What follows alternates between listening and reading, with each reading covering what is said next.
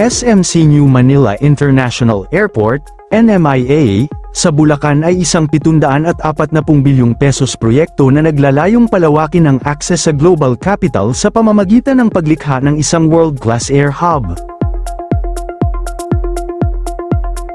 At bago natin ituloy, kung ikaw ay bago pa lang sa aking YouTube channel ay huwag kalimutan mag-subscribe at i-click na rin ang bell icon para lagi kang updated sa mga bago kong upload video. Ang New Manila International Airport, NMIA, sa Bulacan ay kasalukuyang nakakakuha ng mas malawak na suporta mula sa global capital dahil sa pakikipag-ugnayan ng San Miguel Corporation, SMC, sa mga internasyonal na institusyong pinansyal at pagsunod sa mga global standards.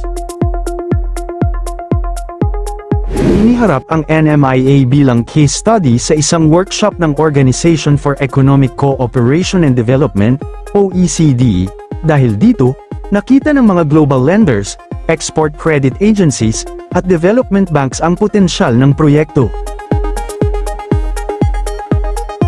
Ang proyekto ay umaayon na ngayon sa IFC Performance Standards at Equator Principles, mga internasyonal na pamantayan para sa environmental, social, at governance, ESG, factors. Ito ay mahalaga upang makakuha ng longer tenor financing, o mas mahabang panahon ng pagbabayad at mas mababang interest rates.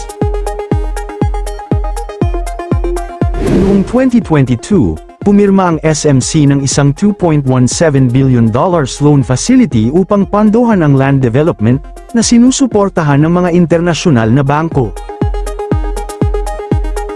Noong unang bahagi ng 2026, nagsimula na ang vertical construction para sa passenger terminal building at sa unang 2 runway matapos makumpleto ang land development at dredging, ang Phase 1 ng airport ay inaasahang magbubukas sa huling bahagi ng 2028.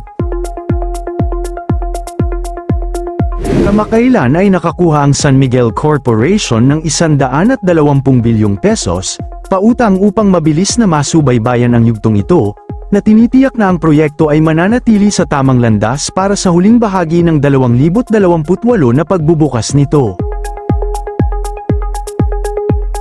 Ang airport ay idinisenyo ng parehong mga kumpanya sa likod ng mga world-class hub tulad ng Chani, Singapore, at Charles de Gaulle, Paris, na nagtatampok ng 5 wings at 240 boarding gate.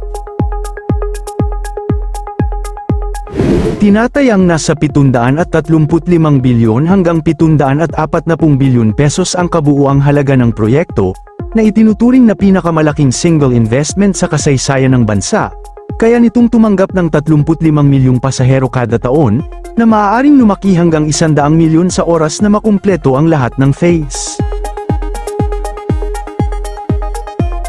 Ang proyekto ay higit pa sa isang terminal. Ito ay isang overhaul ng network ng transportasyon ng Luzon. Ang isang nakatuong seaport ay bahagi ng master plan upang mahawakan ang aviation fuel at logistics, na binabawasan ng pangangailangan para sa mga tanker truck sa mga kalsada ng Bulacan. Ikokonekta ang airport sa pamamagitan ng Northern Access Link Expressway, NALEX, isang 19 na kilometer elevated tollway, na magdurugtong sa Skyway Stage 3 at NLEX, pati na rin ang plano para sa extension ng MRT-7. Ang proyekto ng New Manila International Airport ay isang game changer para sa Pilipinas, isang world-class na paliparan na bubuo sa mga yugto, bilang nag-iisang pinakamalaking pamumuhunan sa bansa hanggang sa kasalukuyan. Ito ay kumakatawan sa isang pangmatagalang solusyon sa pagsisikip ng trapiko sa himpapawid sa kabisera ng bansa, na matagal nang humadlang sa paglago ng ekonomiya at nagpadagdag ng maraming problemang nauugnay sa transportasyon. Magbibigay ito ng ligtas, maginhawa, maaasahan, at mahusay na serbisyo sa transportasyong panghimpapawid, bilang tugon sa agarang pangangailangan ng Pilipinas para sa isang bagong internasyonal na gateway na may sapat na kapasidad na magsilbi sa kasalukuyan at hinaharap na pangangailangan. Ito ay nakaposisyon upang maglingkod sa Metro Manila gayon din sa mga karatig na rehiyon nito sa gitnang Luzon at sa rehiyon ng Calabarzon sa Timog Luzon. Nakikitang makabuo ng higit sa 1,000,000 direct at indirect job. Ito ay magpapalakas sa lokal na ekonomiya ng Bulacan at sa mga karatig nitong lalawigan at itataas ang profile at pagiging mapagkumpitensya ng bansa bilang isang investment at tourist destination. Ang proyekto ay itinatayo sa mahigit 2,500 ektaryang ari-arian sa Bulacan, at kabibilangan ng iba't ibang bahagi tulad ng mga pasilidad sa paliparan, gusali ng terminal, pasilidad ng suporta sa paliparan at airline, mga daanan, mga pasilidad sa paradahan, mga kagamitan, lungsod ng paliparan, at iba pang mga pasilidad na pantulong.